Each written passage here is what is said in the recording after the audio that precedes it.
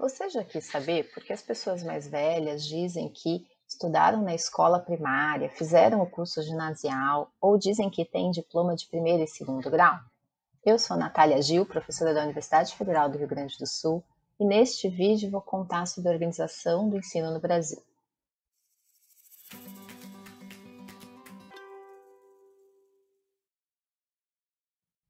Eu vou começar pelo período imperial, que é quando o Brasil se torna um Estado nacional. A partir de 1822, se torna um país independente e vai legislar sobre o funcionamento desse país.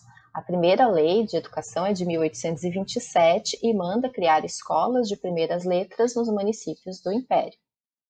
As escolas de primeiras letras foram pensadas como esse nível elementar de instrução, deveriam ensinar a ler, escrever e contar a toda a população nacional. A lei dizia que elas deviam ser criadas, mas não estabelecia quem deveria criar e manter essas escolas, de modo que então elas não foram adiante no primeiro momento. Foi preciso esperar 1834, quando é promulgado o ato adicional à Constituição do Império. A Constituição do Império era de 1824, 10 anos depois, o ato adicional detalha e altera um conjunto de regulamentações, entre as quais estabelece que é a atribuição das províncias a criação e manutenção de escolas de primeiras letras.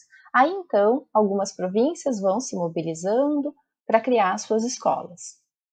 Isso significou que, ao longo do Império, a regulamentação da educação em todo o país foi variada, porque cada província regulava, estabelecia o regramento, criava suas próprias escolas. Embora tenha semelhanças entre as províncias, porque elas também não partiam do nada, partilhavam o regramento entre si, há variação, não há uma estrutura única, um modo único de organizar as escolas nesse período. De modo geral, no entanto, o que se tinha eram as escolas de primeiras letras para ensinar esse nível elementar de instrução, pensadas para toda a população livre. E existiam também escolas secundárias, chamadas de liceus, ateneus, colégios, o nome variava, elas não eram obrigatórias e destinavam-se àqueles que tinham intenção de seguir para o ensino superior. Elas eram vistas, elas eram pensadas como preparação para o ensino superior. Não existia no período imperial a sequencialidade do ensino, ou seja, para frequentar uma escola de ensino secundário, não era necessário que o estudante apresentasse um diploma comprovando ter frequentado uma escola de primeiras letras. Essa organização em sequência só vai se estabelecer na República. Na República, a gente continua tendo como característica forte da organização do ensino no Brasil a descentralização, porque o Brasil se estabelece como uma república federativa e os estados têm grande autonomia para legislar sobre o ensino nas suas regiões. E, desse modo, mantém-se uma variedade de regramentos nos primeiros anos, nas primeiras décadas do período republicano. Nos anos 40, no entanto, a gente tem a promulgação das leis orgânicas do ensino, que são o primeiro conjunto de leis que vai dar organização, detalhamento sobre o funcionamento das escolas em todo o país. É a primeira vez que um conjunto de especificações para diversos ramos do ensino, níveis do ensino, vai ter validade para todo o país. As leis orgânicas são publicadas em anos diferentes, em 42, em 43, em 46, cada uma delas legislando sobre um nível específico, um ramo específico do ensino. A partir disso, então, passa a valer para todo o país a sequência dos estudos. Esperava-se, então, que os estudantes fizessem um curso primário, esse obrigatório para toda a população, que durava 4 ou 5 anos. Em seguida do primário, tendo que comprovar o diploma do primário, apresentar o diploma do primário, havia algumas opções de continuidade dos estudos. Os estudantes poderiam frequentar algum dos ramos do ensino profissional ou seguir para o ensino secundário composto pelo ginásio e em seguida pelo colégio. É interessante observar que esses ramos do ensino são caminhos pensados como terminalidade, ou seja, os estudantes podiam escolher seguir para o ensino técnico industrial e ao final do ensino técnico industrial teriam um diploma profissional dessa área ou seguiam para o ensino técnico agrícola ou o ensino técnico comercial ou ainda o ensino normal, que era o curso que formava os professores e as professoras.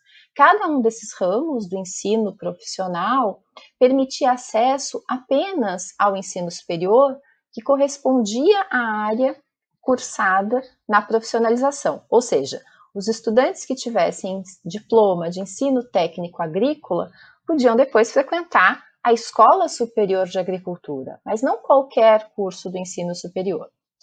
O caminho que permitia o acesso ampliado aos cursos de ensino superior era o ensino secundário. O ensino secundário era composto do ginásio, a primeira etapa, seguido do colégio. O acesso ao ginásio, como havia poucas vagas, exigia a aprovação no exame de admissão, ou seja, todos os alunos do primário que tivessem concluído o curso primário, que quisessem seguir os estudos no secundário, precisavam prestar um exame de admissão concorrendo pelas poucas vagas dos ginásios.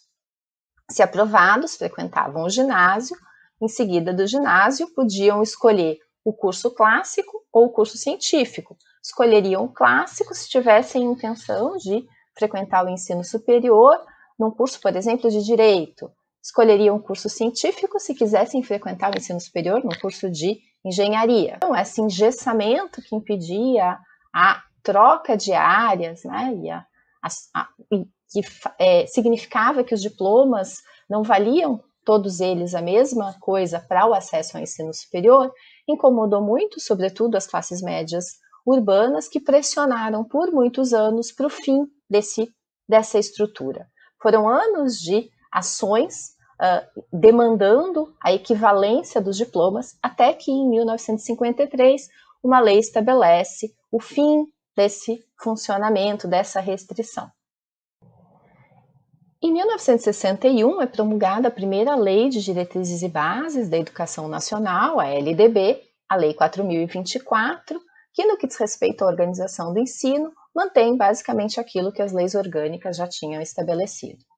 Em 1971, a Lei 5.692 vai reformar essa primeira LDB, estabelecendo algumas mudanças, e uma mudança importante da Lei 5.692 é a reorganização dos níveis de ensino, juntando o primário e o ginásio, num nível que passou a ser chamado de ensino de primeiro grau, e o que estabeleceu também a obrigatoriedade do ensino em 8 anos, não mais os 4 do primário apenas, mas a junção do primário e do ginásio significou a ampliação da escolarização obrigatória para 8 anos.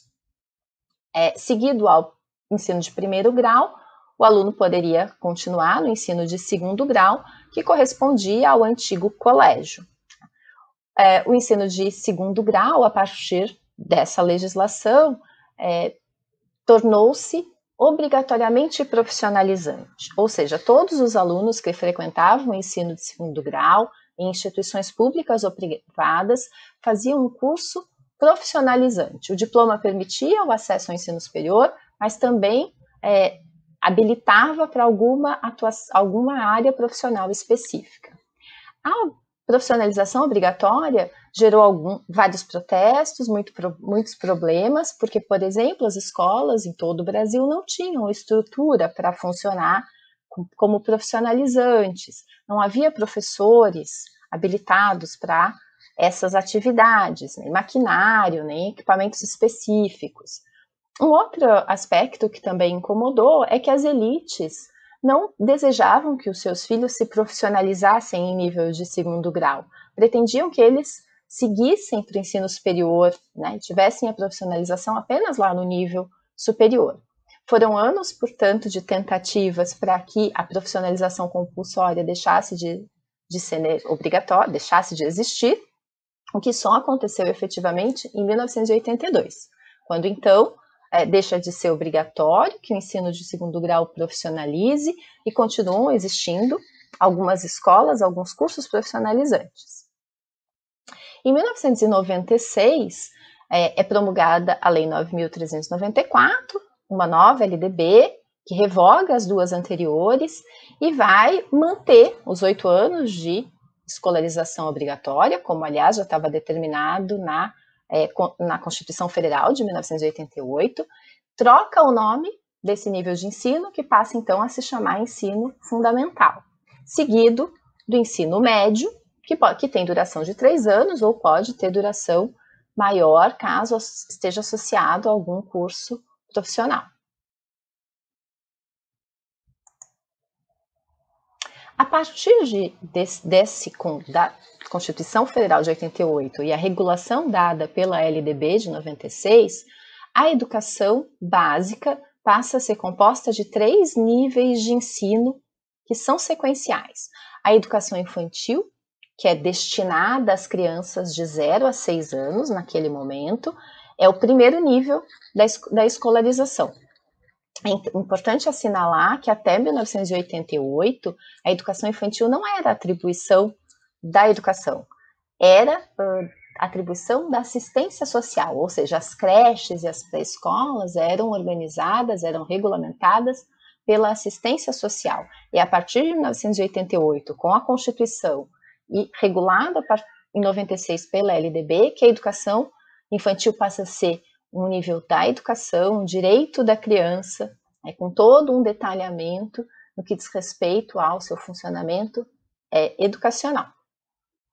Seguido a educação infantil, tem o ensino fundamental, que é o nível obrigatório de ensino. Naquele momento, a obrigatoriedade de matrícula era aos 7 anos de idade. A partir dos 7 anos de idade, as crianças deveriam frequentar o ensino fundamental, que tinha duração de 8 anos. Seguido ao ensino fundamental, existia, como existe ainda hoje, o ensino médio, com duração de 3 anos ou mais. Após 1996, há ainda 2 alterações importantes que é preciso assinalar. A primeira delas se dá pela promulgação da Lei 11.274, em 2006, mas as redes tinham até 2010 para se adequar a essa alteração, que é a ampliação do ensino fundamental de 8 para 9 anos de duração. O que acontece é que as crianças passam a ter obrigatoriamente que estar matriculadas no ensino fundamental aos 6 anos de idade, não mais aos 7, como era até então, e isso significou o acréscimo de 1 ano na escolarização logo no início, ou seja, aquilo que era a pré-escola passa a ser parte do ensino fundamental, obrigatório para todas as crianças. Uma outra alteração importante se dá com a emenda constitucional número 59 de 2009, que estabelece o ensino obrigatório entre os 4 e os 17 anos de idade, associando isso ao que está estabelecido na Constituição, que já estava estabelecido na Constituição Federal, que é a obrigatoriedade do nível do ensino fundamental. É interessante assinalar, então, que isso amplia a obrigatoriedade do ensino para a população brasileira, o que significa que amplia também a responsabilidade do Estado na oferta do ensino obrigatório, de modo que as crianças de 4 e 5 anos, que devem frequentar o ensino, a educação infantil, ficam agora obrigadas à matrícula em escolas regulares de educação infantil.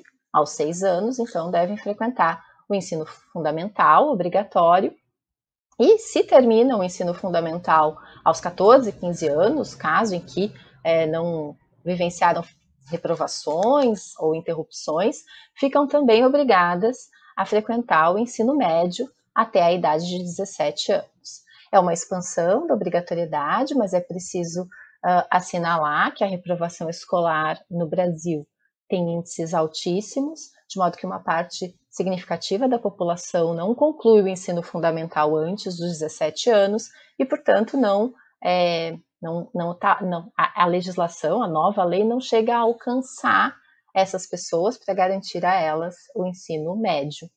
Os grupos sociais que mais comumente têm trajetórias regulares, poucas reprovações, são grupos socioeconomicamente abastados, que já, mesmo antes da lei, garantiam a frequência dos seus filhos ao ensino médio. Mas é um avanço no sentido do direito à educação, da obrigatoriedade e da garantia de uma escolarização mais ampliada para a população brasileira.